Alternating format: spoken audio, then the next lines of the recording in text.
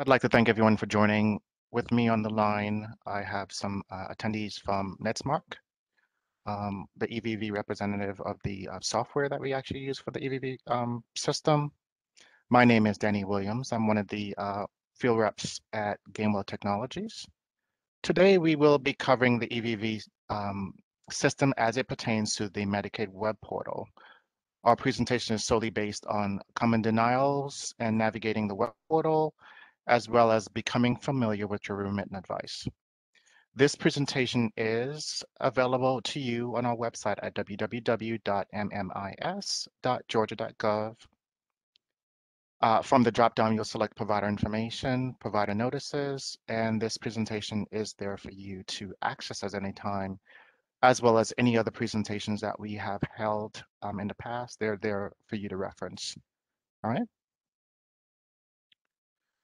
Today we'll be reviewing Georgia Medicaid information, as well as any updates, common denials, claim history search, timely filing, accessing your remittance advice, contacting Gamewell Technologies, and some session review, and any questions that you'll have, we'll address those.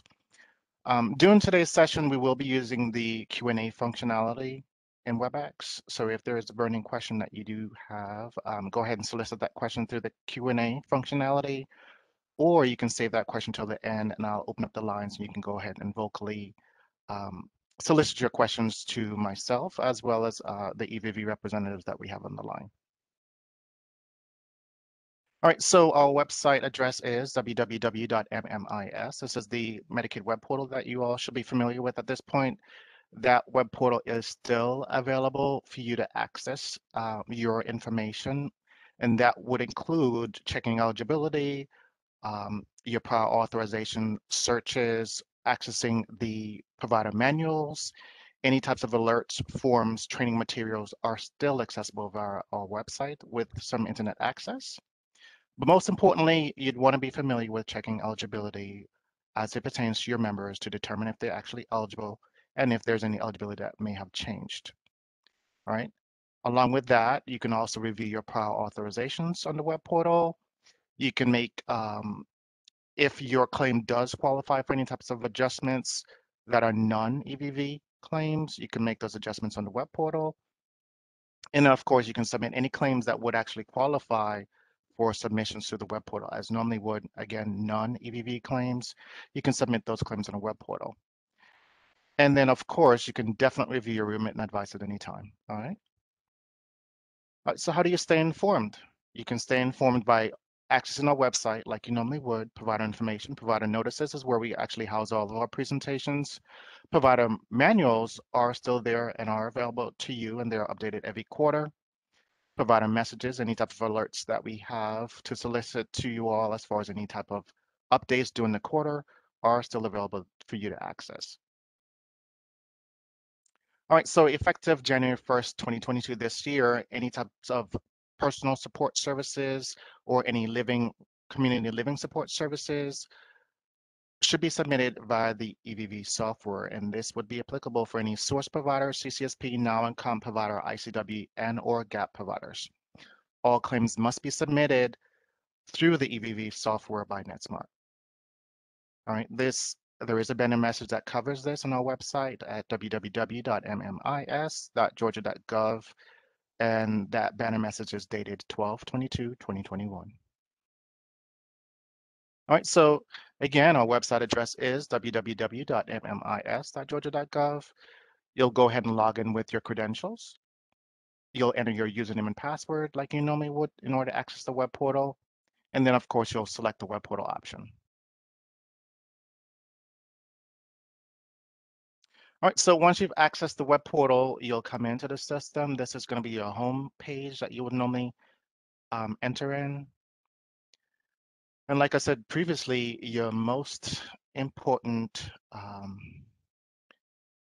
section of the web portal is checking eligibility, because if a member is not actually eligible for Medicaid, there will be no reimbursement, all right, even if you have a prior authorization. So if a member does not actually have eligibility, your claims will not be paid. Okay. All right, so checking eligibility, you can determine if a member is in fact eligible for services, if there's any other coverages, or if there's any limitations, as well as any patient liability or spend down that would be applicable for the claim for that member. There are three ways that you can check eligibility. You can contact the call center at 1-800-766-4456. As always, you can check eligibility directly on the website again, www.mmis.georgia.gov. You can also check eligibility via the IVR system.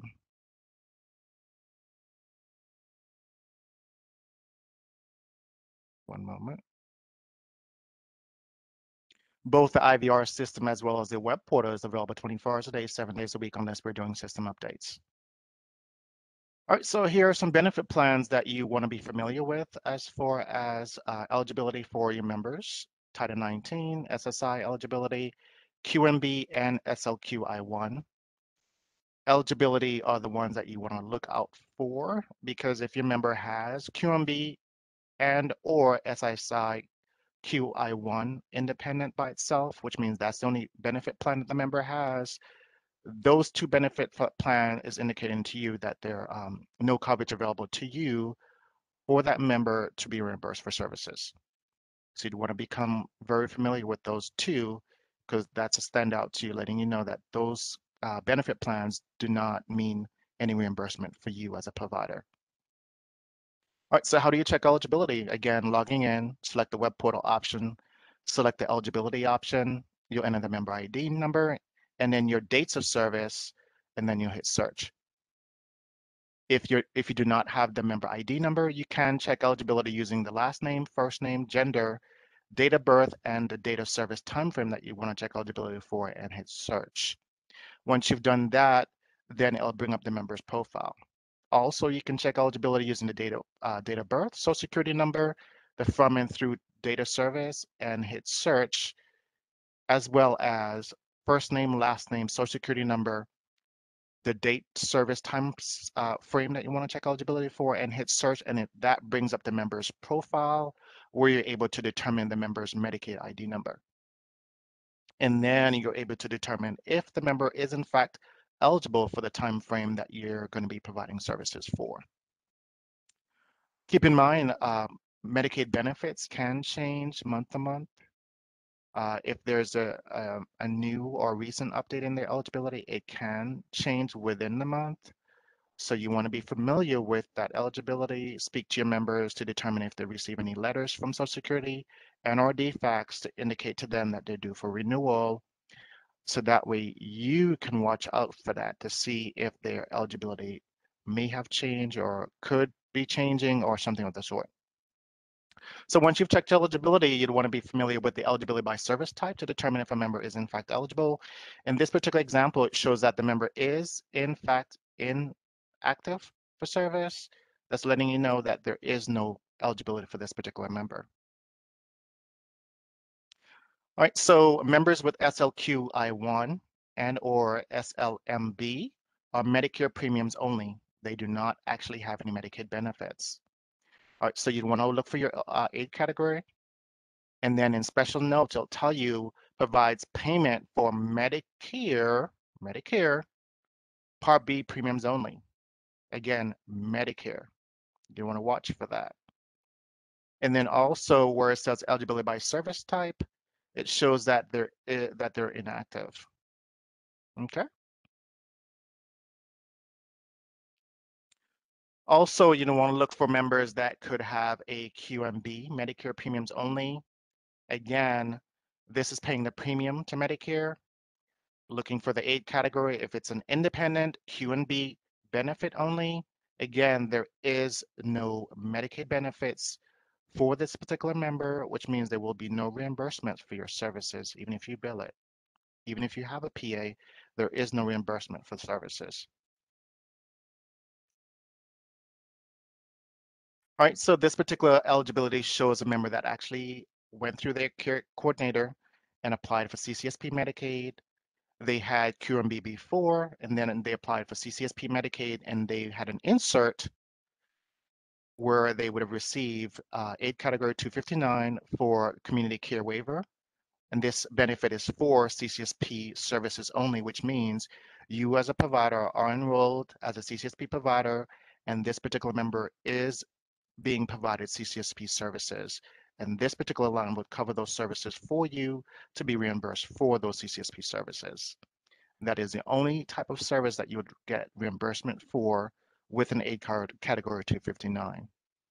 Okay. Again, you'll look for your benefit plans to see if they're active, and then you'd want to check to see if there's any other service limitations to make sure it's active to determine if a member is actually active for services.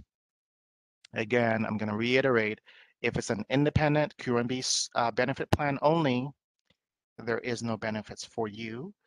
If you went through the care coordinator and there was an insert, which means there was a line added for that aid category 259, that aid category is only for CCSP reimbursements only.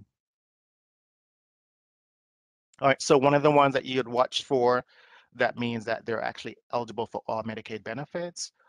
For an example, SSI benefits, it shows you the aid category 303. For an example, shows that they're Medicaid. It shows that their eligibility by service type is active for medical care services. This particular member is in fact eligible for reimbursement for services. There are scenarios where a member may not have had benefits for the day that you actually provided services. They may have gone down to the DFACS office or applied for Medicaid through the website, the DFACS website, or went through Social Security and applied for Medicaid. And then weeks or months later, DFACS or Social Security may go in and give them a retroactive effective date to cover dates of service in the past. In this particular example, there was a retroactive date added, which means DFACS or Social Security added the benefits on 8/11/2018 to cover dates of service 6/8/2018 through whatever the date is. Could be different, but it was added in the system in that day to cover those dates of service. And then that would allow you 6 months from this date to go ahead and to be reimbursed for services. So you'd watch for retroactive eligibility to see if a member may have qualified for some eligibility for dates of service previously that you weren't being eligible for reimbursement for. It's rare, but it does happen. All right, so the next area that we're going to look at is prior authorization search. Whether it be CCSP, source, ICWP, GAP, you can always come into the system and double check the prior authorization. The prior authorization units that we have in the system is what we actually use to process your claim, because keep in mind the EVV software, what it does, it creates the file. That file is then sent to MMIS, which is a web portal, to utilize what we have in the web portal, which would be your prior authorizations and so forth, to process your claim. So what we use is the information in the MMIS system to process your claim. So when you look at prior authorization search to determine if you have adequate units to cover your service, that's your go-to. All right. So how do you check for your prior authorization? You go into the system, logging in with your username and password. You want to make sure you're in the correct provider ID. If you're checking for prior authorization for CCSP, you need to be into your CCSP provider ID, ICW, source, whatever the case may be. Remember, they're all going to be different. You'd have to make sure that you're in the correct one to check for the prior authorization for whichever program that you're checking eligibility, prior authorization for that member. All right, so how you can check for prior authorization, if you have the prior authorization number or PA number, you'll enter that PA number and hit search. If you do not have the PA number, you can check it using the member ID number and the from and through time frame that you believe the PA should be approved for. So if you're checking for a PA for the month of January, you'll check for from the 1st of January to the end of January to see if there's a PA in the system for your member ID number, and then hit search. Once you've done that, and there is in fact an active PA in the system, the profile will come up. It will provide to you the actual PA number for the member. will provide to you the member ID and the first and last name of the member. Then there'll be some generic information that tells you the from and through time frame that the PA should have been approved for. And if it's in fact approved, then we'll say approve. Keep in mind that there are some PAs for some programs that will be ICWP and so forth that could have multiple lines on that PA for you as a provider, which means you as a provider could provide multiple services or more than one services for that PA for that member. Just because you see PA at the top does not mean every services that was listed on the PA was in fact approved. You'd want to check each specific line that pertains to you as a provider to determine which services are in fact approved for you. Okay. All right, so this is just a screenshot as an example for a provider. It shows the from and through dates of service that the PA is approved for. As you can see, this particular PA has 3 different lines, 1, 2, 3, and then it has the different services that were approved at the bottom, 1, 2, 3. The services would be your procedure code and the modifier that's associated for that procedure code. So line number is 1 for procedure code T2022, with the SE modifier would pertain to line numbers 1 for data servers that were approved 11/14/2016 through 11/13/2017 as a time frame that T2022 SE was approved for. Okay. It shows the units that were allowed were 12. The units that you've used so far is 0, which means that there hadn't been any claim that was used against this PA so far for T2022 with SE. It also tells you if there is a monthly max. I'll tell you if the specific server has a monthly max, which means the max amount of units allowed for the month for that specific code, if it's applicable. If there's a daily max, I'll tell you if there's a daily max for that procedure code as well, if it's applicable for your provider type. Also, it'll show you if there's an amount allowed, which means that there's a dollar figure tied to that T2022. It'll show you any amounts that was already used, which means there was a claim utilized against or built for that T2022 code for or within that time frame. And it'll show you any authorized rate if it's applicable for you. This would be how you'll conduct your search, okay? And this is how you can tell the differences between each line. This is an FYI to you as a provider, okay? Once you receive a PA, I would advise to go into the MMIS system and double check that the PA was entered in the MMIS system correctly. You'd want to do this for each particular member every time there's a new PA approved. The reason why you want to do this is to make sure that you have adequate units to cover your service or the time frame that the PA was approved for. Another reason that you want to do that because if there is an error, it is much easier to try to correct the PA. So that way you'll go back to a DBHDD, if it's your care coordinator, if it's a Line Health Solution, whomever it be, you can go back to them and get the PA updated right out the door. It's much easier to have it updated right out the door than to come back, use half of the units, and then try to see if you can get it corrected later on. It is much easier to get it corrected out the door than it is to try to modify it later on. Okay? All right, so the next area that we're going to look at is timely filing. All right, so timely filing is 6 months from your month of service. Any types of adjustment can be done 3 months or 90 days from your pay date or your denial date. Timely submissions would be 1 year or 365 days within that calendar year once you've kept that claim timely. And then how this works is that if you submit your data service in the claim is July 1st, your original submission would need to be by the 30th of December, which is within that 6 months time frame. Then from that 30th date, we start counting that first 90 days, which would be 90 days from December 30th. and that would bring you up to March 31st, 2022. And then your last adjustment would be by June 30th, 2022, and that would bring you into that 365 days. So there's a time clock for all those 90-day time frame. You want to be mindful of that. There is a banner message that covers this April 12th, 2018, listed in the web portal. You can also find information in the Part 1 policy that talks about timely filing and that 365-day time frame. All right, so your billing cycle and claim submissions.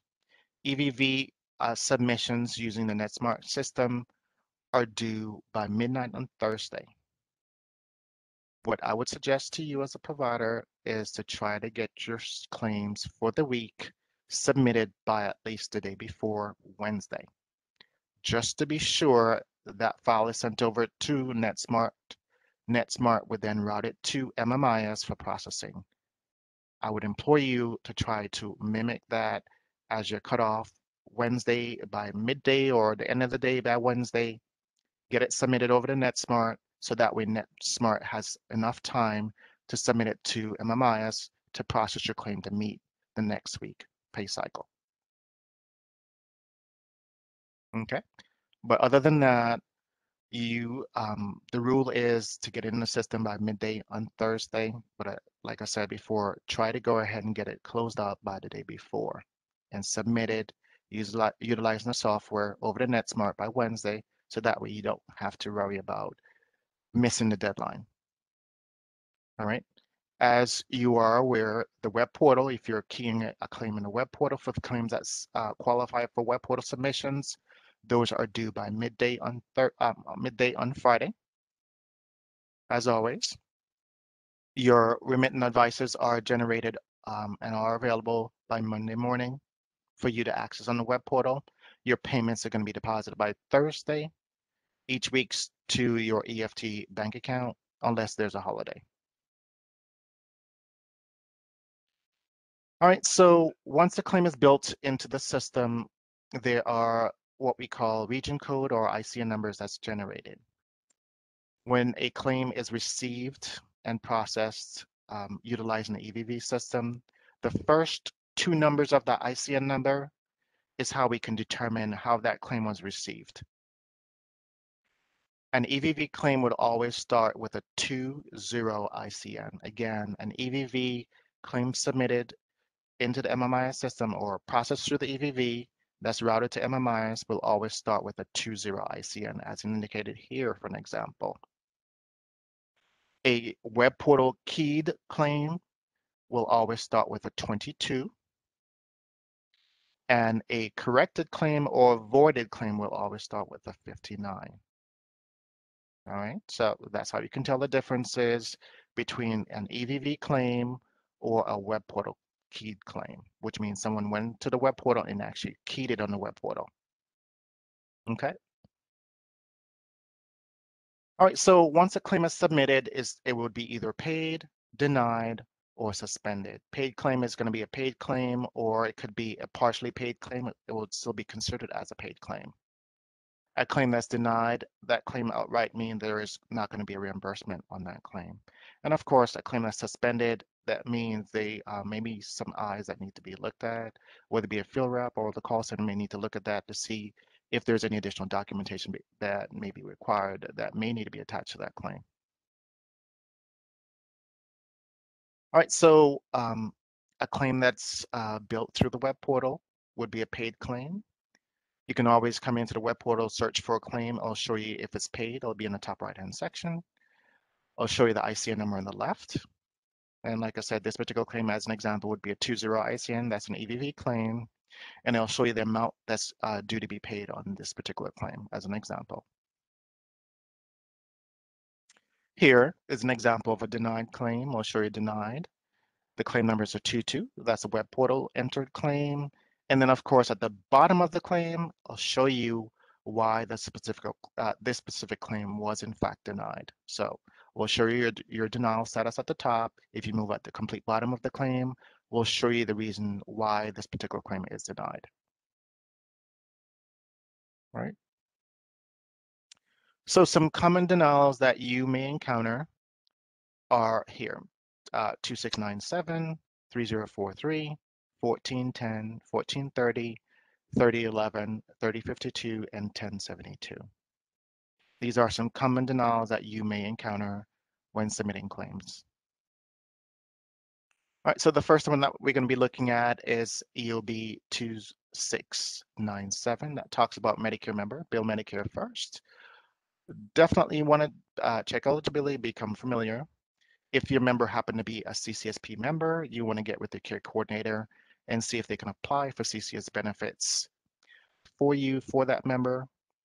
All other members that just has a QMB benefit plan, you can certainly have your member check with DFACS or SSI to see if they can submit their profile to be reviewed to see if they can qualify for any other benefit plan other than a QMB member. But as it appears right now, this particular member, as an example, is a QMB member. There will not be any reimbursements for services.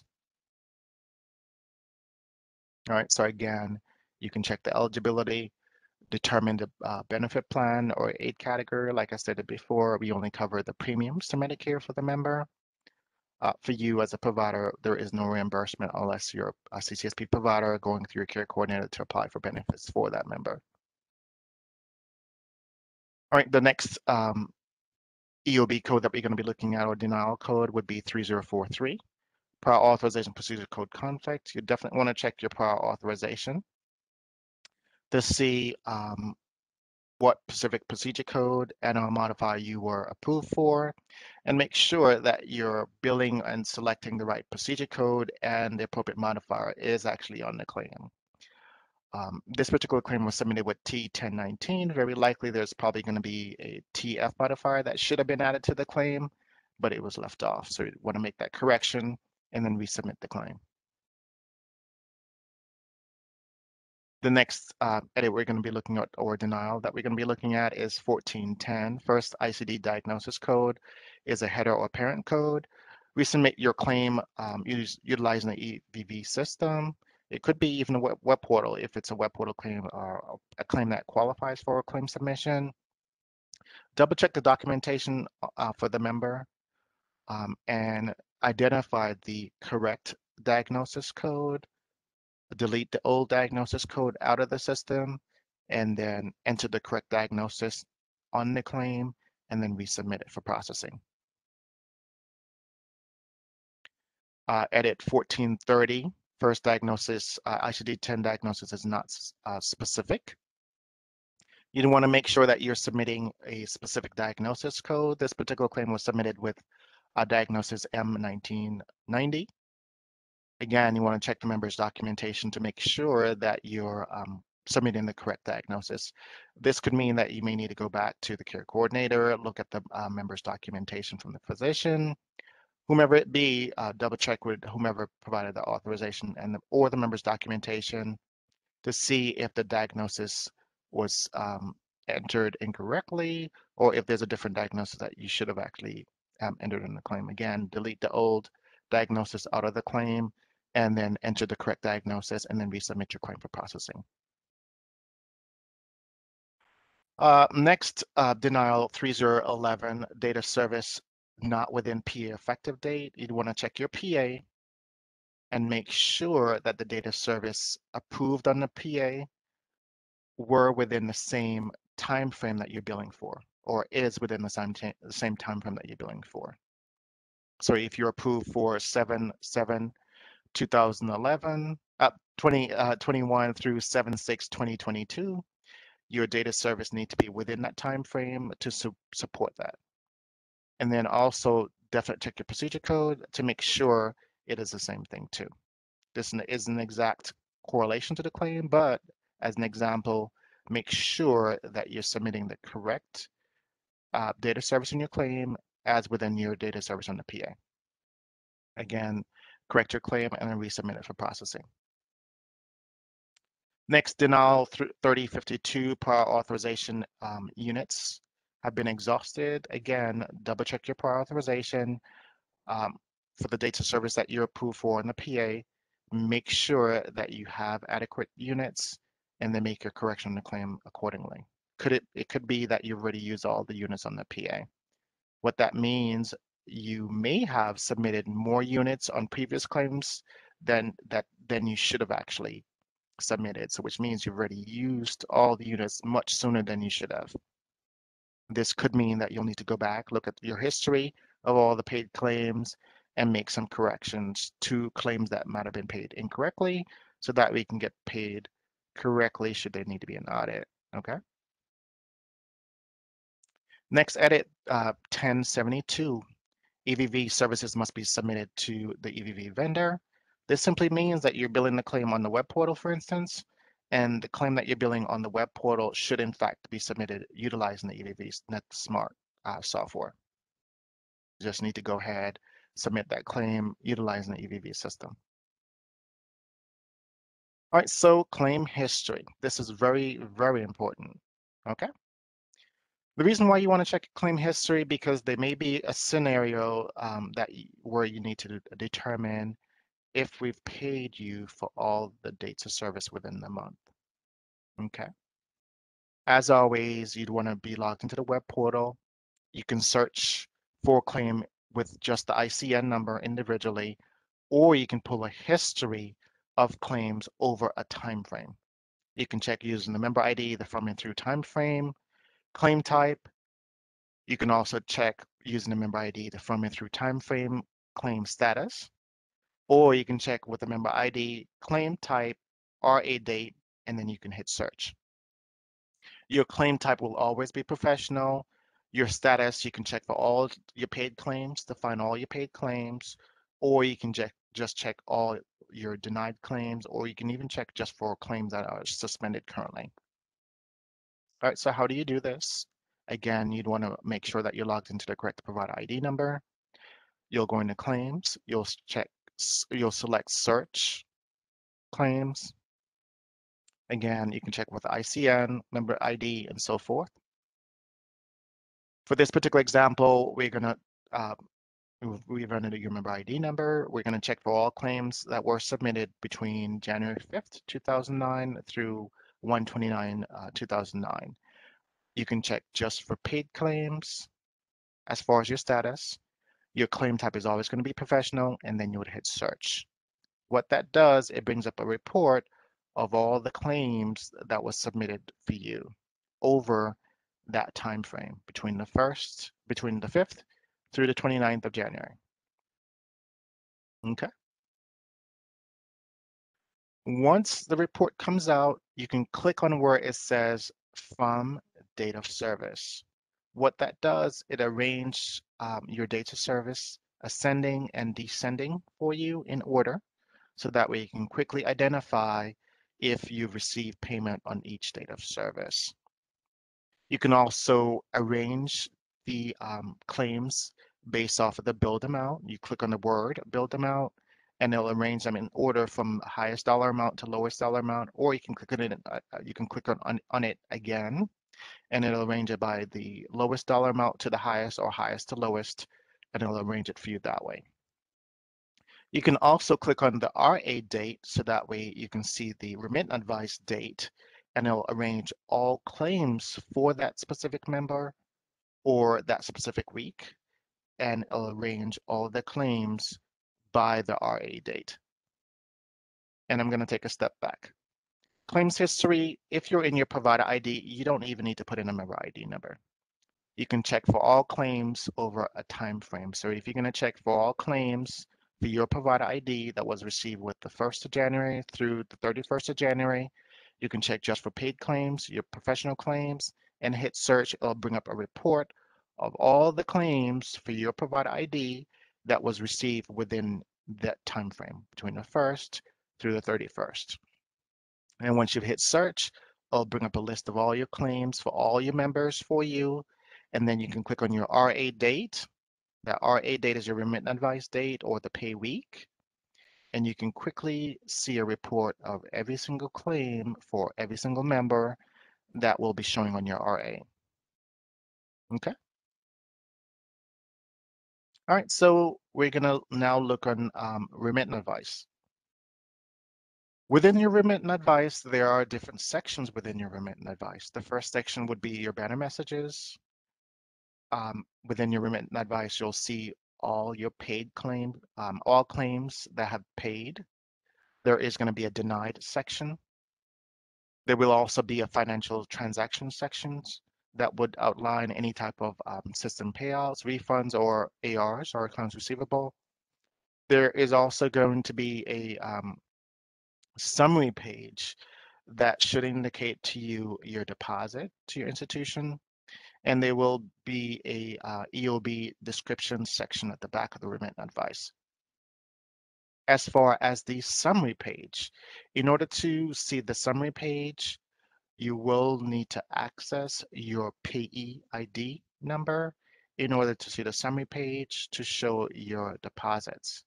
All right, so each provider does in fact have a payee account, and we'll talk about that shortly. All right, so on this slide, should you have an issue with accessing the payee account to see that summary page, you can certainly give our EDI department a call at 1-877-267-8785. They will ask you for some security information that would include your tax ID information, et cetera, in order to authenticate you to have access to that payee ID, because it does have all your financials. So again, you can contact our EDI department. They will ask you for some identifying information before we can go ahead and help you access that payee ID. All right, so once you've accessed the payee ID number, you can go to where it says reports, financial reports, and then you'll select report type remittance advice, and then the week or time frame that you'd want to check for all the remittance advice, and then you'll hit search. Once you've selected whichever remittance advice you want to look at, on the top of the remittance advice, there is going to be an indicator where it says payee ID. That payee ID number listed there is in fact your payee ID that I am in fact speaking about. It is there on your remittance advice, whether or not you may have noticed it or not, it is there for you. All right, so again, there on the opening of the remittance advice, this is where your banner message is going to be housed. It shows some information as far as notices or messages that we have out there for you. Then the next section of the remittance advice is where we'll talk about the claim details and line items and so forth. Once you've passed the messages, we will indicate to you your paid section of the remittance advice. You'd want to watch for that too. So there is a paid section. Then we'll indicate on the left ICN, member ID, your member name. Below that would be your category of service and your from and through time frame. Below that is where your ICN number or your claim number would be indicated. That's why we have the ICN. This is telling you, at 22 is telling you this was a keyed web portal claim, the member ID, and the name of the member that this particular claim is for. Then it'll show you the bill date, the date that the claim was actually built, and the claim was actually paid $95. Below that, we broke it down for you as far as your line item. This particular claim only has one line, and the actual date of service was 11/1/2021. The service was built place of service 12. The procedure code was T2040 with a UC modifier. It shows the units built was 1 unit. There was only 1 unit allowed. The claim was actually built for $95. The service is allowed that $95 and is in fact paid $95, and the status is in fact paid. Below that, there are some EOB details, but because of the paid claims, those are just informational EOBs. Behind the paid section, so you as a provider may have multiple pages of paid indicators, which means multiple lines, multiple pages of claims that were paid. But then if you keep going through those pages, you'll see that there's a denied section, if in fact you have received any denials within that remittance advice. there is going to be a denial or denied section. If you're checking your payee ID, pulling up the remittance advices via your payee ID, if you have multiple providers that are associated with your payee ID, you do want to watch for your rendering provider ID change, which means you could have Ccsp, ICWP, source provider ID that would change as far as a different section. So we'll cover the first section first of Ccsp claims, then it could be source provider claims, then your ICWP. It all depends on how you're enrolled, because you can have all of those different programs all attached to that same one payee ID.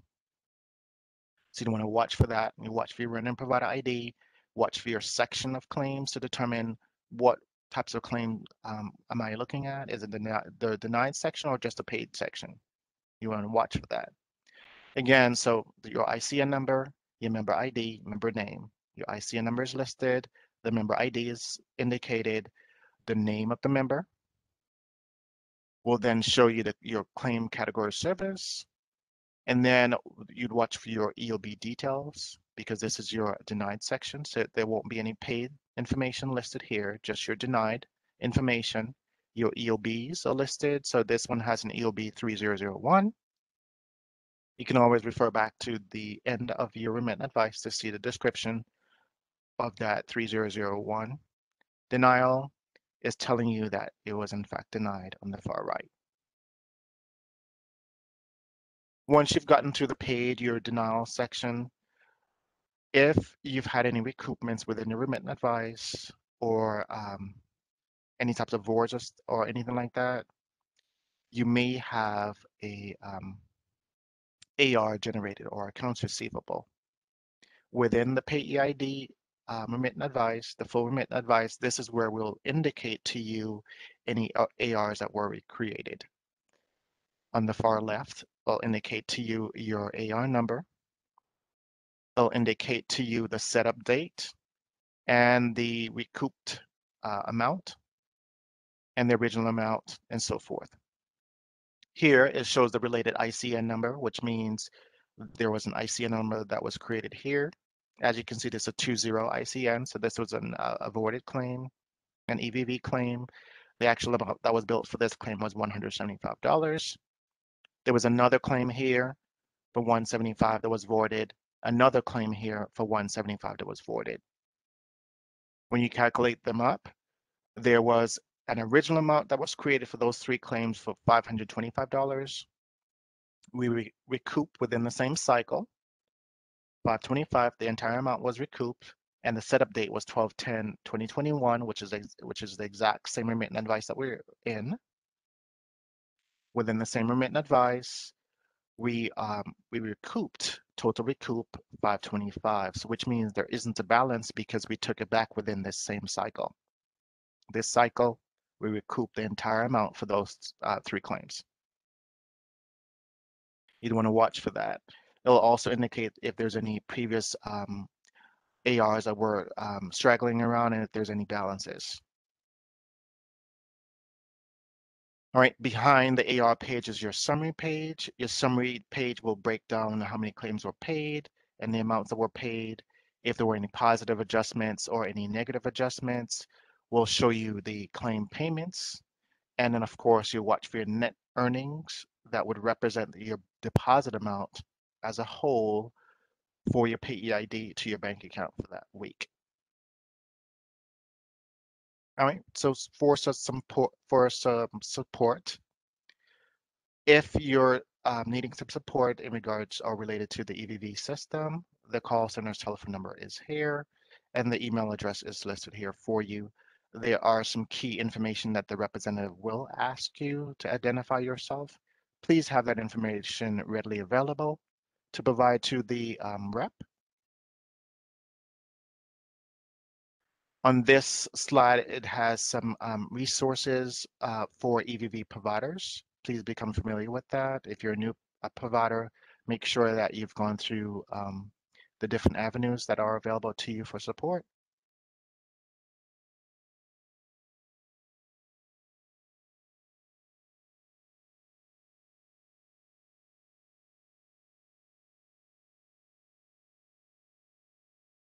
And then for Gainwell Technologies, we do have a new chatbot feature available for assistance. We also have the IVR Assistant Call Center and your provider relations field services reps that are available to assist you. As far as a chatbot feature, it'll help you to address some address changes information as far as a provider, password resets, updates as far as MPIs and so forth. It'll provide some resources for you to help you address those problematic areas. For members, there's some help with the chat box as far as your password resets, how to apply for Medicaid. I'll prompt you with how with some avenues to address those concerns. And then, of course, we're looking for any new enhancement to implement to the chat box feature. And how do you do you access that? You'll go to our website, www.mmis.georgia.gov, and there's an icon here is where you'll select to access or get access to that chatbot feature.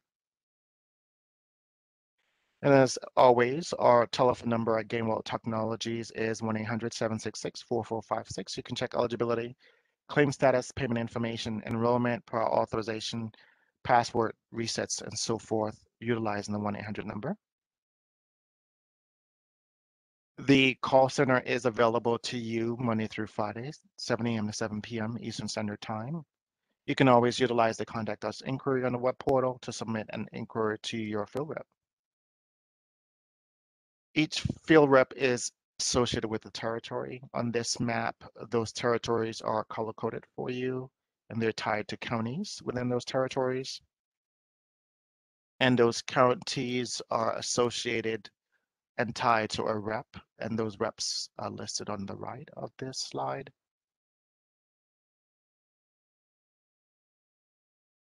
We also have some statewide consultants available for support. And as far as submitting an inquiry directly to your field rep, you must be logged into your provider ID. You'll select contact information. Then from the drop-down, you'll select Contact Us.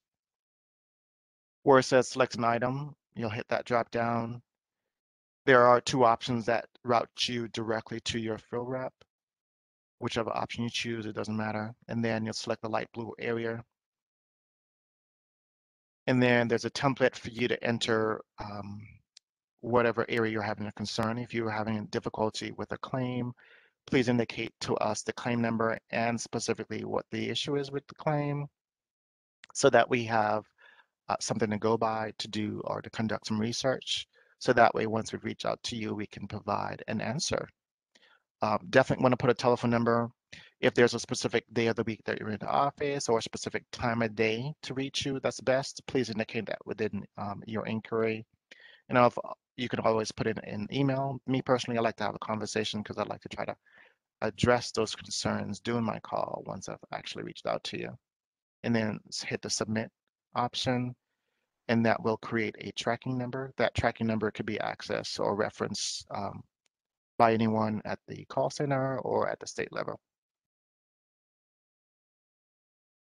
All right, so as of now, we've gone through some billing information, policy information, and addressed some claim denials, remittance advice, and some functionality through the IVR system and the web portal. All right, so we are going to open up the floor for some questions. Just a quick second here. One moment.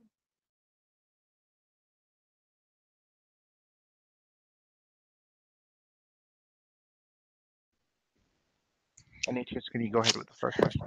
Yes, thank you. Hi, Danny. So the first question we have is, I need help on a few things. How do we fix the error code missing start and or end time verifications? And also, how do I pull an auth off of a claim so that I can archive it? It looks like Lindsay has addressed this. Lindsay, would you like to answer this question? So I went ahead and I linked the user guide for the Claims Console so everyone could see it and utilize it. That is a great tool that we could utilize. If you have finished any questions about the Claims Console, this is a great place to start. Specifically, to address your questions above, page 45 has the remediating start and end time verification errors information. page 67 has the archiving process. I figured it'd be easier to point to those resources than walk through the multi-step process on the call. Okay, thank you. Sure. And the next question, Danny, is for you. It says, how do I access my 835 file for my claim submission? All right, so that will be through our EDI department. Our EDI department is 1-877-261-8785. That will be a question for them to assist you with that. And I'm assuming this is a claims that were submitted not through EVV and through a software, so that need to be some coordination between your software vendor and the EDI department, so that way they can go ahead and do some troubleshooting for you.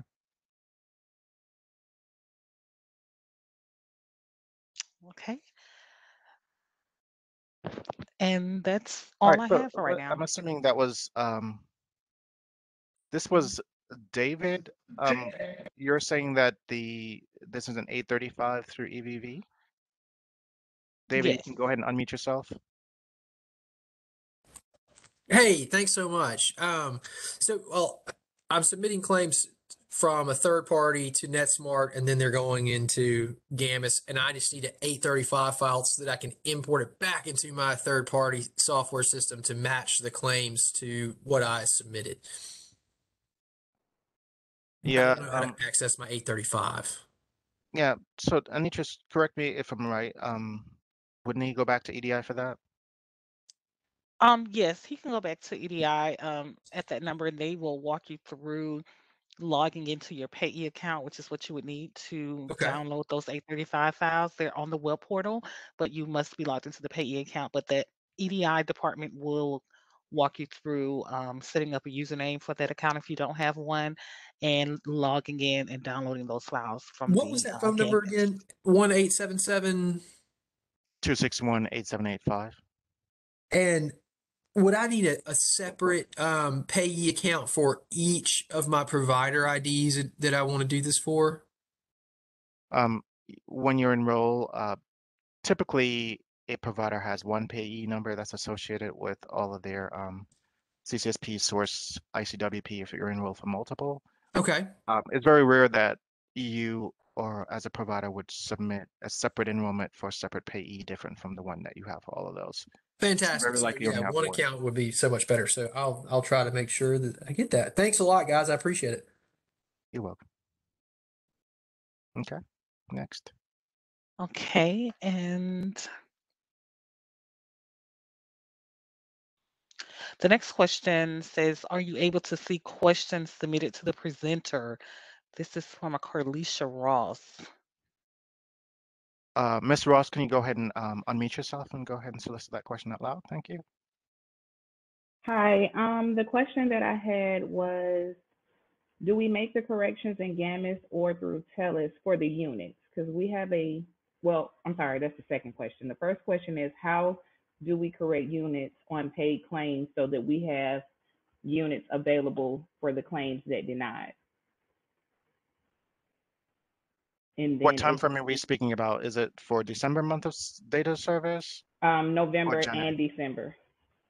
All right, so those need to be handled directly on the web portal for you. Okay. You want to go out and conduct the web portal and then click on each line on each claim that you need to make an adjustment, make that adjustment on the claim, and then at the top of the claim, you'll hit adjust. Cool. Does that make sense for you? Kind of, sort of, just with what I've seen today. I haven't worked much in Gammas. A lot of my work is through TELUS. I just started with this company. So I'm gonna All have right. to. Go ahead and submit your telephone number and your provider ID in the Q&A, and we'll contact you. Okay. All right, thank you. All right, so the next question is from Arneva Pryor. 1 week for each month since December, we have not been paid for claims that were submitted. The claims are being submitted before the cutoff time. No one has been able to give me an answer as to why it's happening. The next week, they show up on the remittance advice.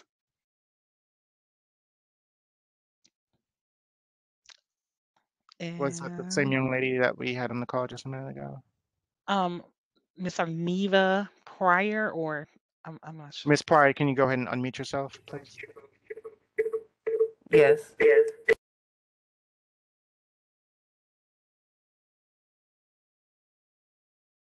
Miss Aneva? You may have multiple devices logged into the call, which is why you're getting feedback. Can we circle back to her and then go back to the, well, move on to the next and then we'll come back to her? Sure. The next question is from Ryan. If we resubmit a denied claim via TELUS EVV, does the new manual claim in EVV still associate the hours worked by the aide on the worked payroll report? Do we have a TELUS representative Would it on be, they can address do that? you all understand the question, or would it be easier if I asked? Go it ahead, a different Ryan. way? Go ahead, Ryan. Yeah, yeah, basically. It sounds like you what have I'm multiple asking- devices though logged in. We want to mute one of those devices in the back so that we don't get the feedback. I don't have, oh, okay, hold on.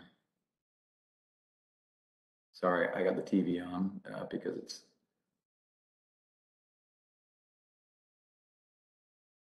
All right, can you all still hear me? It's better now. Thank you. Okay, fantastic. Sorry about that. Yeah, so I got a couple of questions, but I'll make sure I go in order in terms of when I'm asked. But if we get a denied claim and we turn around in, let's say it got denied because it didn't have the right modifier, but it was done 2 weeks ago, where I've already paid the aid. If I do a manual claim in the TELUS workflow, or work list rather, and do a manual claim and just punch everything in with the correct modifier, will that visit show up on that aide's hours worked when I turn around and print that report for payroll? In other words, am I going to end up double paying the aide? So this is Lindsay from NetSmart. Your payroll report that you're pulling, that's based on, what the system is saying for the time frame that you're looking. So when you're on that payroll report, if you put January 1st, January 15th, whatever's showing in the system for those days of service, that's what's going to pull. So it depends on what you're showing during your days of service on the other part of your portal as far as the visit. Okay. Which I understand, but let me see if I understand what you're saying. So I could pull the same report for the same date range, but if I'm resubmitting a claim and I'm turning, let's say a claim was denied on the 14th, which should have already paid out to us, but then the RA said it was denied. I'm going in and re-putting a new claim in. When I go in, because it's going to be on the 1st, you're saying that time is going to associate back to that same payroll period. It's not going to attach it onto the current payroll. It's going to reassociate it back with the original date of service. Right. Yeah, that payroll report is pulled based on date of service. So that visit will not come up for your payroll report for the next week. It will be between the 1st and the 15th. If we're going with your original example. Okay. All right. That's great. I have other questions too, but I don't want to take up. So I want to make sure I go in order. No, Yeah, go ahead. you're actually next, so go ahead. Yes. Okay, great. Go ahead, Ryan. My other question is, and hopefully some others have these questions as well. If I, with these modifiers, we're getting some getting denied on the back end for failure to have the TF modifier. Now, if an aide, those are easily fixed if we know we have 2 prior auths with, let's say, a split visit with a TF and a non-TF modifier visit. But let's say the aide just stays over 30 minutes. Do I have to short that 30 minutes and then refile it without the modifier? Or if I send it with the modifier and there's not a PA, is that going to be another denial?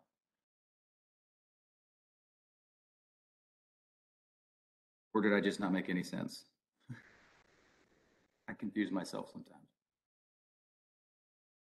That might be a policy question back for DCH. I'm not sure who we have on the line from.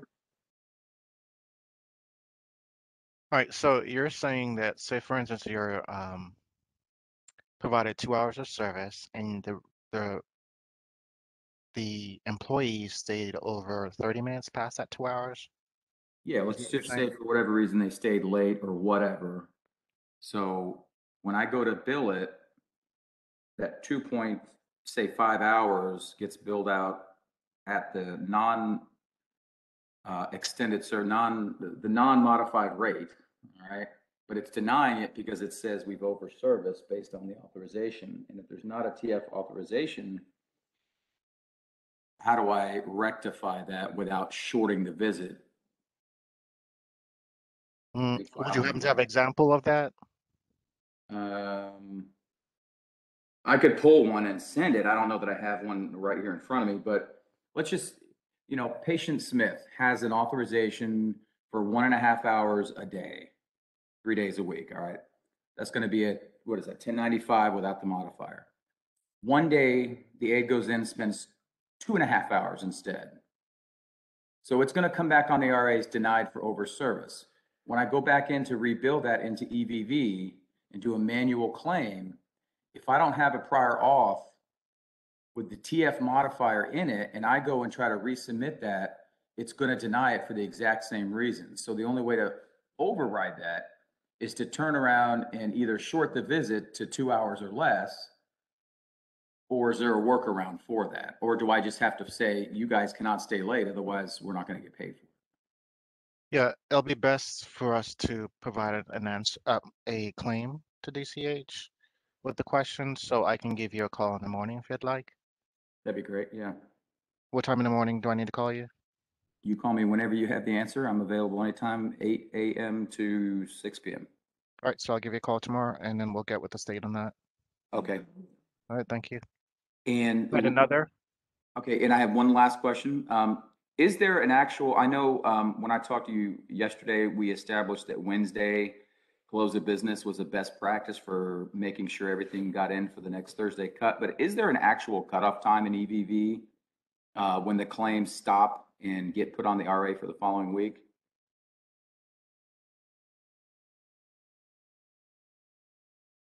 Do we have any EVV representative? Because what we are aware of, it's the cutoff should be Thursday by midnight. Thursday by midnight? Do we have any updates from EVV representative that has a little bit more insight on that? Thursday at midnight, you are correct. Okay. Thursday at midnight, okay. We just heard varying things, so I just want to confirm that. All right, great. All right. Hey, this is Lee Clois. Can you guys hear me okay? Okay. This is Lee Clois Bolar, DCH project manager for the EVV implementation. Some of the questions, if you need to route those to a program lead such as Brian Dowd or myself, you can by all means send the questions to evv.medicaid@dch.ga.gov. We get those type of questions as it relates to claims submissions or even agency and units, like those type of questions that you just asked, Ryan. We can provide answers there. That way it's documented and it's from the program team. Okay, thank you. I appreciate that. And I have been in communication with Brian Dowd and the folks up there at the state, and they usually send me to you guys in terms of these teleconferences and stuff. And also, is there a working issue for the problem we're having with, and maybe some others are having, but we're getting PAs that are sent over that are in our system in the EVV, but we cannot schedule the patient because it's not pulling the patient up in the scheduler. So we got an authorization and it's showing it's assigned to us, but we've got a tier 2 ticket right now because they're not available to pull up in the scheduler. I was wondering if anybody else had any issues like that, or if you guys had any feedback.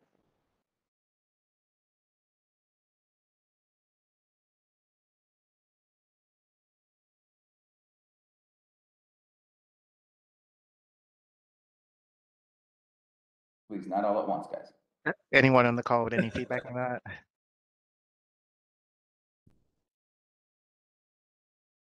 Okay, Brian, guess not.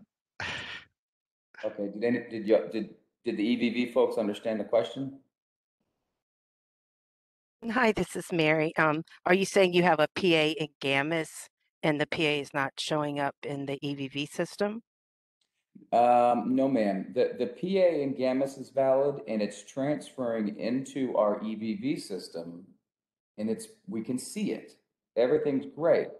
But when my team goes to actually schedule that visit in GAMIS through the scheduler, that patient does not pull up. It doesn't somehow translate to that part of the program.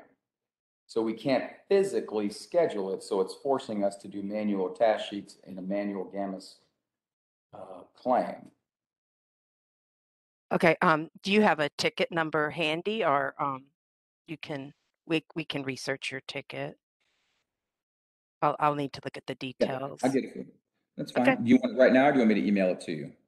If you want to tell me right now, that'd be great. Yes, ma'am. Yep. All right. Stand by. I will tell you that.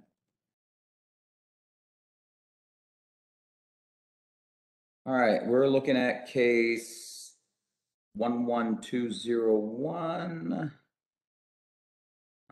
Is that what you need? Yes, that's perfect. Thank you. Great. Thank you so much. Appreciate it, guys.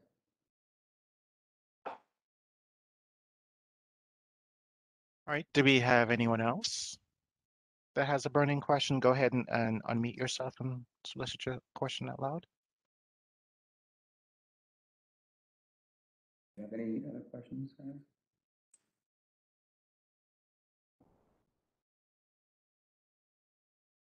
Miss Arneva Pryor, are you still on the line? Yes, ma'am. Okay. Okay. We're still hearing feedback when you speak. Do you have multiple devices on?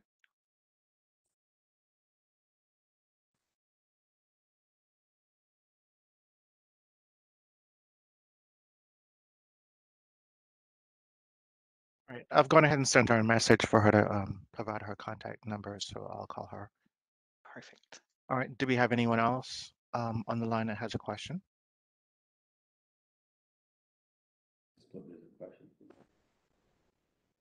Even though I'm pretty sure. Like Ryan has one more question. Yes, you guys are going to be tired of me. Sorry. No, you're fine. Hey, it's our understanding that there's still some issues with the split visits, like a morning and an evening visit, and the timing at which we go ahead and submit the claim. If you can confirm that the correct process for that is, if a patient has a morning and an evening visit, we need to submit both of those visits under the same ICN. Is that correct?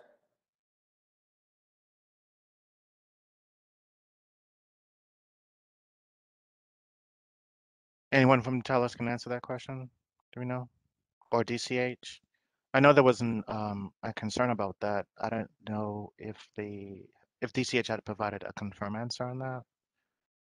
Yeah, unfortunately, that would be a policy question. Pretty close. I don't know if you would know or anyone from the call center. Yeah, so Brian, can you email that one to evv.medicaid@dch.ga.gov and then provide an example if you have?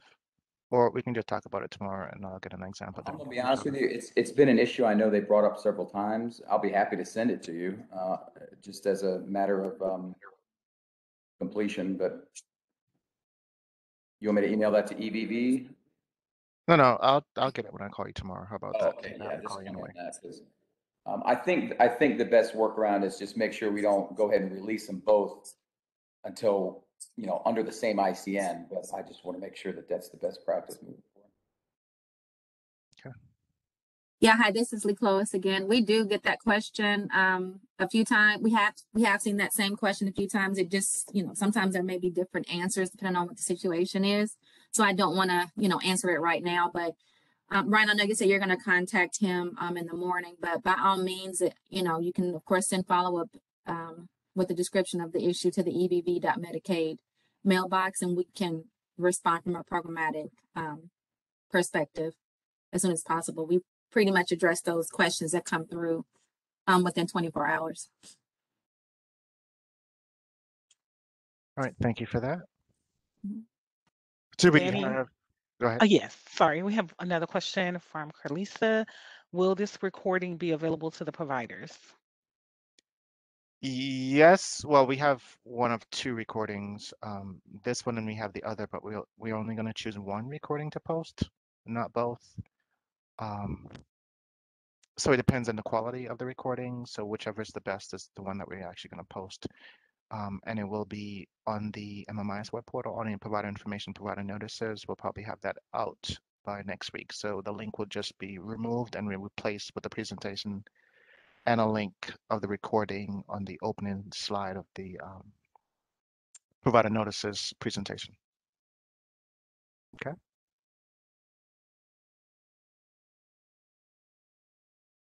Do we have any other questions on the line?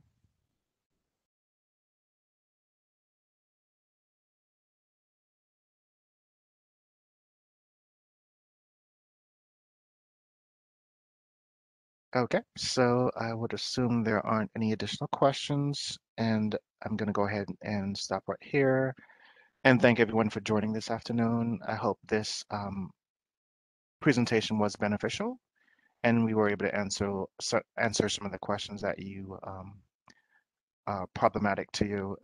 And I'd like to thank you for joining and have a great day.